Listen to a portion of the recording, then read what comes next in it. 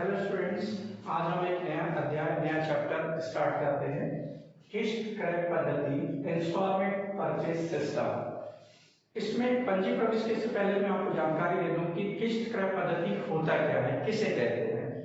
तो किस्त क्रय पद्धति एक ऐसी पद्धति है जिसके अंतर्गत माल का स्वामित्व जिस समय कॉन्ट्रैक्ट होता है उसी समय क्रेता को हस्तांतरित कर दिया जाता है अथवा माल पर उसका वास्तविक स्वामित्व हो जाता है। हालांकि उसे उस पर यानी कि क्रेता को उस पर कई भुगतान करने होते हैं, कई किस्तों में भुगतान करना होता है। अगर क्रेता द्वारा किसी किस्त का भुगतान किसी कारण से नहीं किया जाता तो विक्रेता द्वारा माल को वापस नहीं लिया जा सकता। वह केवल जो आउटस्टैंडिंग या अदत्त राशि है सिर्फ उन्हीं के लिए दावा कर सकता है या उसके लिए वो वाद प्रस्तुत कर सकता है। तो किस्त क्रय पद्धति में एक बात यह है कि इसमें तत्काल भुगतान न देकर के किस्तों में दिया जाता है, इसलिए इस पद्धति को किस्त क्रय पद्धति अथवा किस्त भुगतान पद्धति भी कहा जाता है। अब हम देखते हैं किस्त क्रय पद्धति के अंतर्गत पंजी प्रविष्टि। जैसे किराया क्रय पद्धति के अंतर्गत दो पक्षकार होते थे, क्रेता और विक्रेता या हायर परचेजर और हायर सेलर। उसी तरह से किस्त क्रय पद्धति में भी दो पक्षकार होते हैं। एक पक्षकार होता है क्रेता जो माल को क्रय करता है किस्त में, और दूसरा पक्षकार होता है विक्रेता जो माल को बेचता है किस्तों में। तो लेखांकन के हिसाब से पंजी प्रविष्टियां भी दोनों की पुस्तकों में की जाएगी। क्रेता की पुस्तक में भी पंजी प्रविष्टि करेंगे और विक्रेता की पुस्तक में भी पंजी प्रविष्टि की जाएगी। तो जब क्रेता की पुस्तक में पंजी प्रविष्टि करेंगे तो फर्स्ट एंट्री उस समय किया जाता है जिस समय हम अनुबंध करते हैं। तो अनुबंध के समय जिस राशि पर वस्तु को क्रय करना या कैश प्राइस जो होता है उस मूल्य पर यहाँ पर एंट्री करते हैं, और जितना इंटरेस्ट होता है उस मूल्य पर कि कितने साल बाद देना है, टोटल इंटरेस्ट कितना देना है, वो जानकारी मिल जाती है। मतलब कैश प्राइस और टोटल पेमेंट इंस्टॉलमेंट के थ्रू जो किया जाना है उन दोनों का डिफरेंस जो आएगा वो इंटरेस्ट कहलाएगा यहाँ पर। तो पहला एंट्री जब करेंगे अनुबंध के समय, उस समय क्रेता अपनी पुस्तक में करेगा एसेट्स अकाउंट डेबिट, या जो चीजें वो खरीद रहा है उस अकाउंट पर डेबिट करेगा। मशीनरी खरीदा तो machinery account debit, interest suspense account debit to vendor account या विक्रेता खाता। यहां पर एसेट्स में कैश प्राइस आएगा, ध्यान रखेंगे कैश प्राइस, और ये जो रहेगा टोटल इंटरेस्ट को हम शो करेंगे, कुल ब्याज जो 5 किस्त 10 किस्त जितने भी किस्त है पूरे किस्त को मिलाकर के जो अमाउंट आएगा वो अमाउंट इंटरेस्ट सस्पेंस अकाउंट में शो करेंगे, और टोटल अमाउंट से विक्रेता का खाता क्रेडिट हो जाएगा। फिर उसके बाद जिस समय अनुबंध होता है उसी समय क्रेता के द्वारा कुछ राशि डाउन पेमेंट के रूप में या सुपुर्दगी के समय कुछ भुगतान किया जाता है, तो उस राशि के लिए हम एंट्री करेंगे विक्रेता खाता debit, vendors account debit to bank account. फिर इसके बाद आते हैं तीसरा एंट्री किस्त पर ब्याज दे होने पर। ये दो एंट्री कॉन्ट्रैक्ट के समय हो जाएगा। तीसरा एंट्री जिस समय हम किस्त का भुगतान करते हैं या जिस डेट पे किस्त का भुगतान करते हैं उस डेट पे हम करेंगे, और यहाँ पर सबसे पहले हम इंटरेस्ट ड्यू की एंट्री पास करेंगे। अब चूंकि हमने सारे इंटरेस्ट को डेबिट कर दिया है इंटरेस्ट सस्पेंस अकाउंट में, तो यहाँ पर interest account debit to interest suspense account किया जाएगा उतनी राशि से जितना कि इस साल के लिए या इस किस्त में ब्याज शामिल है उस राशि के लिए। ठीक, फिर इसके बाद आते हैं देय किस्त का भुगतान करने पर। जब हम जो ड्यू अमाउंट है इंस्टॉलमेंट का उसका हम पेमेंट करेंगे तो vendors account debit to cash और बैंक अकाउंट हो जाएगा। पांचवी एंट्री हरास का आयोजन करने पर। साल के आखिरी में जो हमने संपत्ति खरीदा है उस संपत्ति पर हम डेप्रिसिएशन या हरास का आयोजन या प्रावधान करते हैं, तो उसके लिए पंजी प्रविष्टि हो जाएगा depreciation account debit to assets account. ठीक, फिर हम आते हैं साल के आखिरी में ही जो हमारे पास ब्याज की राशि है इंटरेस्ट अमाउंट और जो डेप्रिसिएशन अमाउंट है वो दोनों अमाउंट को हम ट्रांसफर करते हैं प्रॉफिट लॉस में। तब हम एंट्री पास करेंगे profit loss account debit to depreciation account. ठीक है, क्लियर हो गया? तो ये 6 एंट्री आपने जो बोर्ड पे देख रहे हैं, ये 6 एंट्री फर्स्ट ईयर होगा, सेकंड ईयर में third entry, fourth entry, fifth entry और सिक्स्थ एंट्री होंगे। फर्स्ट ईयर में 6 एंट्री, सेकंड ईयर या जब तक किस्त चलता है, किस्त पे भुगतान करना है, अगले साल से 4 एंट्री क्रेता की पुस्तक में करते जाएंगे। ठीक, मान लीजिए 5 साल आपको एंट्री करना है तो फर्स्ट ईयर 6 एंट्री होगा और बाकी के जो 4 साल रहेंगे उसमें थर्ड, फोर्थ, फिफ्थ और सिक्स्थ 4 एंट्री होते रहेंगे। ठीक है, तो अब क्रेता की पुस्तक में पंजी प्रविष्टि जब हम कर लेते हैं तो लेजर बनाना होता है, यानी कि खाता बही। ठीक, तो खाता बही बनाएंगे जब, तो इसके पुस्तक में एक खाता हम बनाते हैं वेंडर अकाउंट, विक्रेता खाता, दूसरा हम बना लेंगे इंटरेस्ट अकाउंट, ब्याज खाता, तीसरा हम बना सकते हैं इंटरेस्ट सस्पेंस अकाउंट, ब्याज उचल खाता, और चौथा आप बना लेंगे इसमें संपत्ति खाता, एसेट्स अकाउंट। ठीक, तो 4 खाते बनाए जा सकते हैं क्रेता की पुस्तक में। चलिए अब आते हैं विक्रेता की पुस्तक में किस तरह से पंजी प्रविष्टि की जाती है, किस तरह से खाते रखते हैं। तो विक्रेता की पुस्तक में जब माल बेचेंगे, जिस समय अनुबंध होता है, उस समय हम पंजी प्रविष्टि करेंगे purchaser account debit to sales account, ये बेच रहे माल चूंकि इसलिए सेल्स अकाउंट हुआ, और जितना इंटरेस्ट उसको टोटल रिसीव होना है उतनी राशि से इंटरेस्ट सस्पेंस अकाउंट को क्रेडिट करते हैं। यहाँ पर परचेजर का नाम अगर दिया है क्वेश्चन में तो नाम से डेबिट करेंगे। फिर आते हैं सुपुर्दगी पर रोकड़ प्राप्त होने पर, जिस समय हम माल बेच रहे हैं उस समय क्रेता के द्वारा कुछ राशि का भुगतान विक्रेता को किया जाता है। जैसे यहाँ पर डाउन पेमेंट किया गया, ये रिसीव भी करेगा, और जिस समय रिसीव करेगा उस समय एंट्री हो जाएगा bank account debit to purchaser account. फिर आते हैं किस्त पर ब्याज दे होने पर, साल के आखिरी में, या ये हो सकता है कि हर तीसरे महीने में, या ये हो सकता है कि 6 महीने बाद किस्त पर ब्याज की राशि दे होगा, इंस्टॉलमेंट पेमेंट करेंगे उस हिसाब से, तो इंटरेस्ट सस्पेंस अकाउंट डेबिट करेंगे, क्योंकि इंटरेस्ट सस्पेंस अकाउंट यहाँ भी हमने क्रेडिट कर दिया पूरे अमाउंट से। तो जितनी राशि हमको इस सेशन में या इस इंस्टॉलमेंट में मिलना है उतनी राशि से इंटरेस्ट सस्पेंस अकाउंट को डेबिट करेंगे, तो इंटरेस्ट अकाउंट को उतनी राशि से यहाँ पर क्रेडिट किया जाएगा। फिर आप चौथा एंट्री पास करेंगे किस्त की राशि प्राप्त होने पर, जिस समय इंस्टॉलमेंट अमाउंट रिसीव होगा उस समय एंट्री करेंगे bank account debit to purchaser account, bank खाता विकलन और विक्रेता के खाता से, जो क्रय कर रहा है उसके खाता से। 5वें नंबर पे हम इस साल एंट्री पास करेंगे, जो हमारा इंटरेस्ट अमाउंट आया है इस इंटरेस्ट अमाउंट को हम प्रॉफिट लॉस में ट्रांसफर करेंगे, और जब ट्रांसफर करेंगे तब एंट्री करेंगे आप interest account debit to profit and loss account. और लास्ट 6वें नंबर पे यहाँ पर एंट्री हो जाएगा जो हमने माल बेचा है सेल्स अकाउंट में, इसको हम ट्रांसफर करेंगे ट्रेडिंग अकाउंट में। तो एंट्री करेंगे यहाँ पर sales account debit to trading account, और ये होगा आपका एंट्री जितने का माल बेचा गया है उतने के लिए। तो जो लास्ट एंट्री 6 नंबर पे करेंगे वो नेक्स्ट ईयर नहीं होगा, फर्स्ट ईयर बस होगा।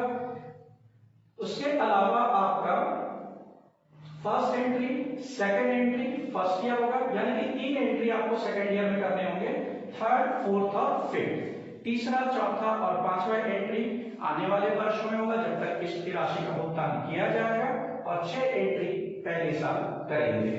यहाँ पर जब खाता बनाएंगे तो एक खाता बनेगा क्रेता का खाता, परचेजर अकाउंट जो व्यक्ति क्रय कर रहा है उसका अकाउंट। दूसरा लेजर आप बना सकते हैं इसमें इंटरेस्ट सस्पेंस अकाउंट, ब्याज उचल खाता। तीसरा अकाउंट आप बनाएंगे इंटरेस्ट अकाउंट, ब्याज खाता, और चौथा अकाउंट आप चाहे तो बना सकते हैं सेल्स अकाउंट। फिर 3 अकाउंट मेन रिक्वायर्ड है इसमें। ठीक है, अब हम किस्त क्रय पद्धति के अंतर्गत एक क्वेश्चन सॉल्व करके देखते हैं कि किस तरह से बनेगा। ठीक है, तो ये मैंने एक एग्जांपल लिया हुआ है, यहाँ पे बोर्ड पे लिखा है क्वेश्चन मैंने। क्वेश्चन एक बार समझ लेते हैं। 1 अप्रैल 2010 में सोनू एंड कंपनी ने एक rice mill plant, mini rice mill plant purchase किया है कैसे, सूरज ब्रदर्स से। तो सूरज ब्रदर्स जो है वो सेलर है, ठीक, और ये कौन है, परचेजर है।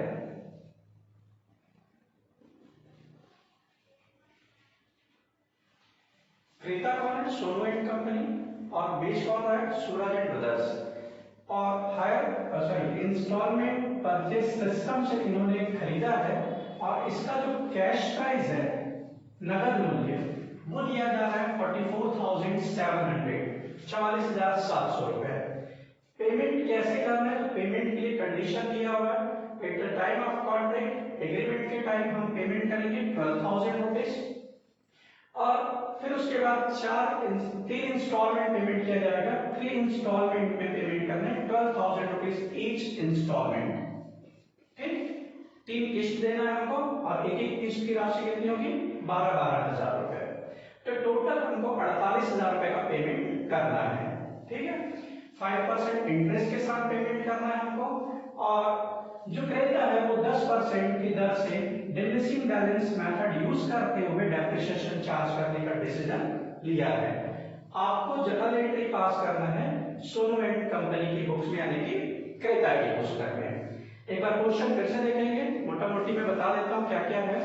44,700 कैश प्राइस है, जबकि 12,000 के हिसाब से down payment plus 12,000 each instalment के हिसाब से 3 इंस्टॉलमेंट देना है, यानी कि टोटल 48,000 रुपए का पेमेंट किया जाना है। जो डिफरेंस अमाउंट है वो 5% के रेट से इंटरेस्ट चार्ज किया गया है विक्रेता के द्वारा, ठीक है। चलिए सबसे पहले हम देखते हैं कैलकुलेशन टेबल कैसे बनेगा। तो हमारा जो कैश प्राइस है वो 44,700 है 1 अप्रैल 2010 में। तो 1 अप्रैल 2010 44,700 रुपीज हमारा कैश प्राइस, और इस कैश प्राइस में एग्रीमेंट के टाइम में हमने 12,000 रुपीज का पेमेंट किया। सेम डेट पे पेमेंट करा तो इंटरेस्ट का सवाल ही नहीं होता, तो इंटरेस्ट अमाउंट 0 है, 12,000 हमने टोटल पेमेंट किया, ठीक है। और 12,000 हम 44,700 माइनस करते हैं तो हमारे पास आता है 32,700 रुपीज, जो आउटस्टैंडिंग है 1 अप्रैल 2010 में। आगे हमको यही अमाउंट किस्त के साथ पेमेंट करना है, ठीक है। फिर आगे चलते हैं, पहला इंस्टॉलमेंट इसका ड्यू होगा 31 मार्च 2011 को। तो 31 मार्च 2011 को जो आउटस्टैंडिंग है उस पर हम 5% इंटरेस्ट कैलकुलेट करेंगे। तो 32,700 into 5% कैलकुलेट करते हैं, तो आता है 1,635।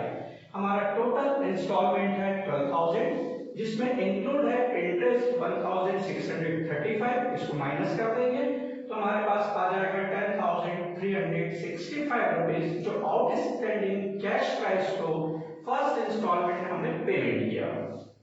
तो ये अमाउंट जो 10,365 है ये माइनस करेंगे हम आउटस्टैंडिंग कैश प्राइस से आफ्टर फर्स्ट इंस्टॉलमेंट, पहले किस्त देने के बाद, ठीक। तो माइनस करेंगे तो अब बैलेंस कितना आ जाएगा, 22,335 रुपीज बैलेंस होगा, सेकेंड ईयर का ओपनिंग बैलेंस होगा, कहा जाइए, ठीक है। और आप डेप्रिसिएशन भी चार्ज करते रहेंगे साथ साथ, लास्ट में अलग कॉलम बना दिया है। तो 44,700 का फर्स्ट ईयर के लिए डेप्रिसिएशन होगा 10%, यानी कि 4,470 रुपीज, तो बैलेंस आ जाएगा 40,230 रुपीज, ठीक। ये जो बैलेंस बता रहा है ये 1 अप्रैल 2011 का है। अब एक साल फिर हम सेकंड इंस्टॉलमेंट में चलते हैं 2012 31 मार्च को। अब इस डेट पे हमारा पिछला आउटस्टैंडिंग था 22,335 रुपीज, इसका 5% चार्ज करेंगे, 1,117 रुपीज आ रही है। 1,117 रुपीज हमारा इंटरेस्ट है, और चूंकि हमारा जो इंस्टॉलमेंट है उसमें वो इंक्लूड है 12,000 में, इसमें 12,000 का पेमेंट में माइनस करेंगे 1,117, तो आपके पास आ जाएगा 10,883 रुपीज, जो हमारा सेकंड इंस्टॉलमेंट में कैश प्राइस को शो करता है। तो इस आउटस्टैंडिंग कैश प्राइस को रिमेनिंग अमाउंट में माइनस करेंगे, तो बैलेंस आ जाएगा हमारे पास 1 अप्रैल 2012 को 11,452 रुपीज। अब हम आ गए हैं थर्ड ईयर के बिगनिंग में और थर्ड इंस्टॉलमेंट हमको पे करना है। तो थर्ड इंस्टॉलमेंट जब हम पे करेंगे तो ईयर एंड होने पे पे करेंगे। तो इस अमाउंट पे चूंकि हमारा ये फिक्स है 12,000 रुपीज इंस्टॉलमेंट, तो इस 12,000 रुपीज में माइनस करते हमारा कैश प्राइस, तो बाकी अमाउंट हम मानेंगे इंटरेस्ट इस साल के लिए, थर्ड ईयर के लिए। तो इंटरेस्ट हुआ 548 रुपीज। टोटल अमाउंट हमको पे करना है 12,000 रुपीज। 12,000 में 548 लेस करेंगे तो बैलेंस आ जाएगा 11,452 रुपीज। अब ये बैलेंस जो आया है यही हमारा आउटस्टैंडिंग कैश प्राइस है। लेस कर दीजिए, नील हो गया, आपका पेमेंट कंप्लीट हो गया कैश प्राइस के हिसाब से। अब आप यहाँ पर टोटल लगाएंगे कैश प्राइस का, तो टोटल कैश प्राइस वही अमाउंट मिलेगा जो हमारा था 44,700। फिर आप इंटरेस्ट का टोटल लगाइए। इंटरेस्ट हमने टोटल पेमेंट किया 3,300 रुपीज। हमारा 3 इंस्टॉलमेंट प्लस डाउन पेमेंट मिलाकर के टोटल पेमेंट हो रहा है 48,000 रुपए।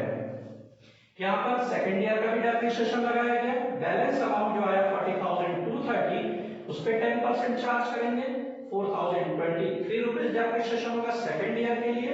और बैलेंस आ जाएगा सेकंड ईयर के एंडिंग में 36,207 रुपीज। फिर थर्ड ईयर का डेप्रिसिएशन 10% फिर से चार्ज करेंगे। क्वेश्चन में लिखा हुआ है डिमिनिशिंग बैलेंस मेथड है ये, मतलब जो बैलेंस बचते जाएगा घटते हुए क्रम में उसी पर चार्ज करेंगे। तो लास्ट ईयर हम चार्ज करेंगे 36,207 रुपीज के 10%, तो 3,621 रुपीज आ जाएगा, यानी कि नेट अमाउंट आ जाएगा यहाँ पे 32,586 रुपीज का। तो आफ्टर 3 इयर्स हमारा जो प्लांट है उसकी वैल्यू होगा, बुक वैल्यू 32,586 रुपीज। अब आप देखेंगे आपने टोटल 12,000 के हिसाब से 4 बार पेमेंट किया तो 48,000 का पेमेंट हुआ। क्वेश्चन में बता दिया गया है, कैश प्राइस भी बताया हुआ है, तो दोनों का डिफरेंस जो है वो आपका इंटरेस्ट कहलाएगा। ठीक है। अब क्वेश्चन में ये भी कहा गया है कि जर्नल एंट्री पास करना है आपको किसकी बुक में, सोनू एंड कंपनी की बुक में। तो आप इसका एक बार स्क्रीनशॉट ले लीजिए, तो उसके बाद हम चलते हैं जर्नल एंट्री में।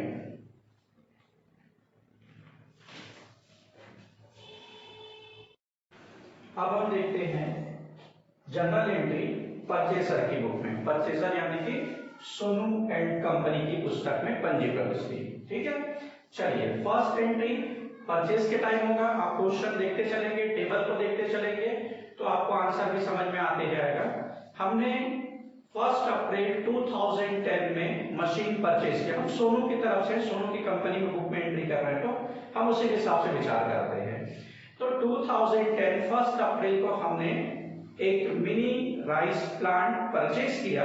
तो परचेस डेट पे हम जैसे वहां पर एंट्री बताए थे कि एसेट्स अकाउंट डेबिट होता है, सस्पेंस अकाउंट डेबिट होता है, इंटरेस्ट सस्पेंस अकाउंट डेबिट होता है टू वेंडर्स अकाउंट। तो यहाँ पर एंट्री हो जाएगा 2010 1 अप्रैल को मिनी राइस प्लांट, जो मशीन खरीद रहे हैं या जो प्लांट खरीद रहे हैं उसी के नाम से हम एंट्री करते हैं। तो यहाँ पर आ जाएगा mini rice plant account debit, interest suspense account debit to Suraj and brothers account. क्योंकि सूरज एंड ब्रदर्स से हमने खरीदा, वेंडर की जगह पे वेंडर का नाम आ जाएगा, विक्रेता का नाम आ जाएगा। ये हमने परचेस किया प्लांट। टोटल कैश वैल्यू था उस प्लांट का 44,700 रुपीज। टोटल हमको इंटरेस्ट पे करना है पूरे इंस्टॉलमेंट के बाद तक के, वो था 3,300 रुपए। तो टोटल अमाउंट हुआ इन दोनों का 48,000 रुपए। यहाँ पर एक बार में पूरे इंटरेस्ट को दिखा देंगे, धीरे धीरे उसको राइट ऑफ करेंगे हम। ठीक, फिर इसके बाद आते हैं सेकंड एंट्री पे। जैसे ही हमारा एग्रीमेंट हुआ तो एग्रीमेंट के टाइम क्रेता जो है कुछ राशि का भुगतान विक्रेता को करता है। क्वेश्चन के अकॉर्डिंग चलेंगे तो यहाँ पर सूरज एंड ब्रदर्स को हमने 12,000 रुपए का पहला डाउन पेमेंट किया है।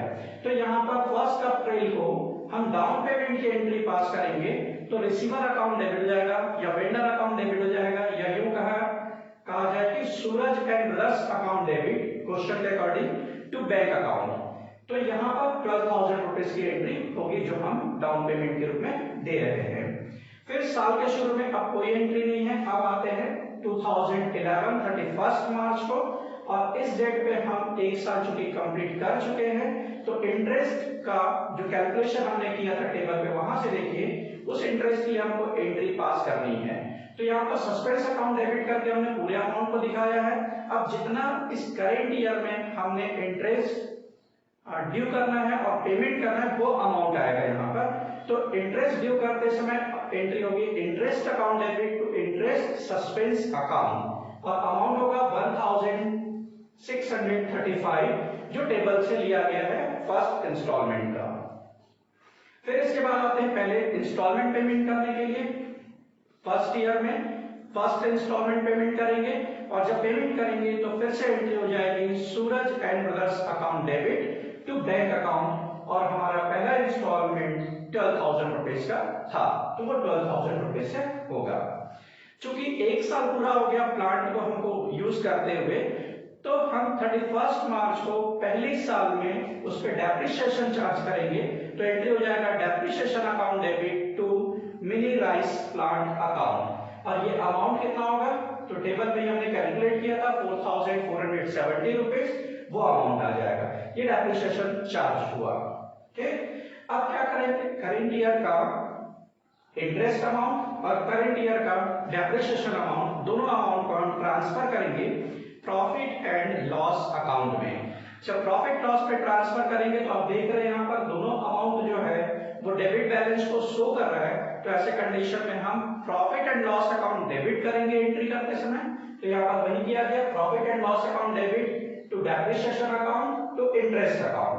तो डेप्रिसिएशन अकाउंट में डेप्रिसिएशन अमाउंट को लिया गया है 4,470 को, ठीक है, और इंटरेस्ट में इंटरेस्ट अमाउंट को लिया गया है 1,635 को।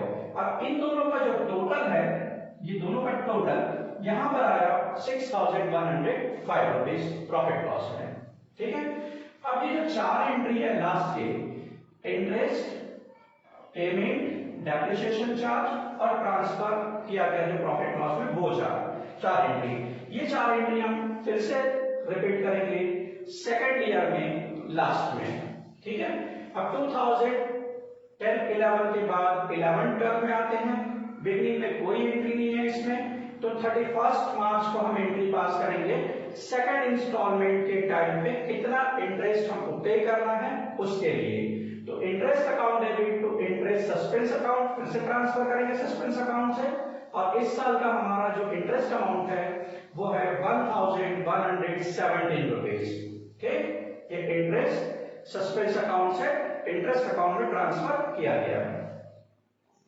फिर इसके बाद सेकंड इंस्टॉलमेंट हम पेमेंट करेंगे 2012 31 मार्च को, और वो एंट्री करेंगे उस समय Suraj and brothers account debit to bank account 12,000, क्योंकि इंस्टॉलमेंट का अमाउंट हर साल सेम है, तो ये 12,000 रुपीज का सेकंड इंस्टॉलमेंट हम पेमेंट कर रहे हैं।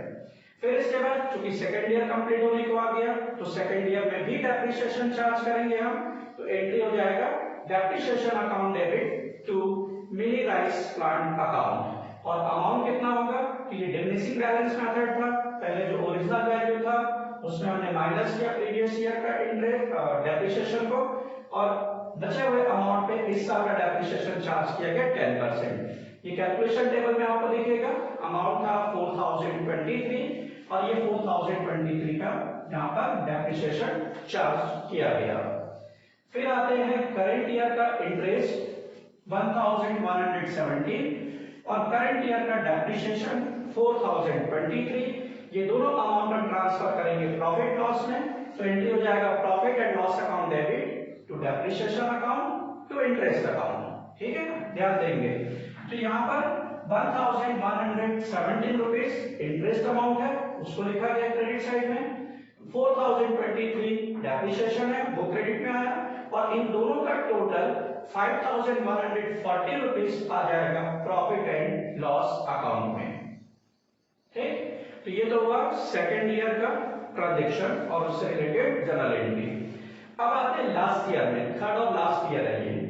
यहाँ पर आपको दिया जा रहा है 2012-13 है, 31 मार्च को हम एंट्री पास करेंगे क्योंकि शुरू में कोई एंट्री नहीं है। तो इंटरेस्ट चार्ज करेंगे थर्ड ईयर में हम, तो interest account debit to interest suspense account होगा। ये फिर से सस्पेंस अकाउंट से इंटरेस्ट अकाउंट में पैसे ट्रांसफर करेंगे, कितना 548 रुपीज। ठीक, इसके बाद आपका ये थर्ड ईयर और लास्ट ईयर है, तो सस्पेंस अकाउंट जब बनाएंगे तो उसका लेजर अपने आप बराबर हो जाएगा, डेबिट और क्रेडिट इक्वल होगा। फिर इसके बाद थर्ड इंस्टॉलमेंट हम पेमेंट करेंगे सूरज एंड ब्रदर्स को, तो एंट्री हो जाएगा Suraj and brothers account debit to bank account, amount होगा 12,000 रुपीज। लास्ट ईयर का हम डेप्रिसिएशन चार्ज करेंगे अभी अकाउंट के हिसाब से, तो depreciation account debit to mini rice plant account, amount होगा 3,621 बोथ साइड। ठीक, और लास्ट एंट्री पास करेंगे इस साल का profit and loss account debit to depreciation account to interest account, interest और डेप्रिसिएशन अमाउंट को हम ट्रांसफर करेंगे कहां पर, प्रॉफिट लॉस में।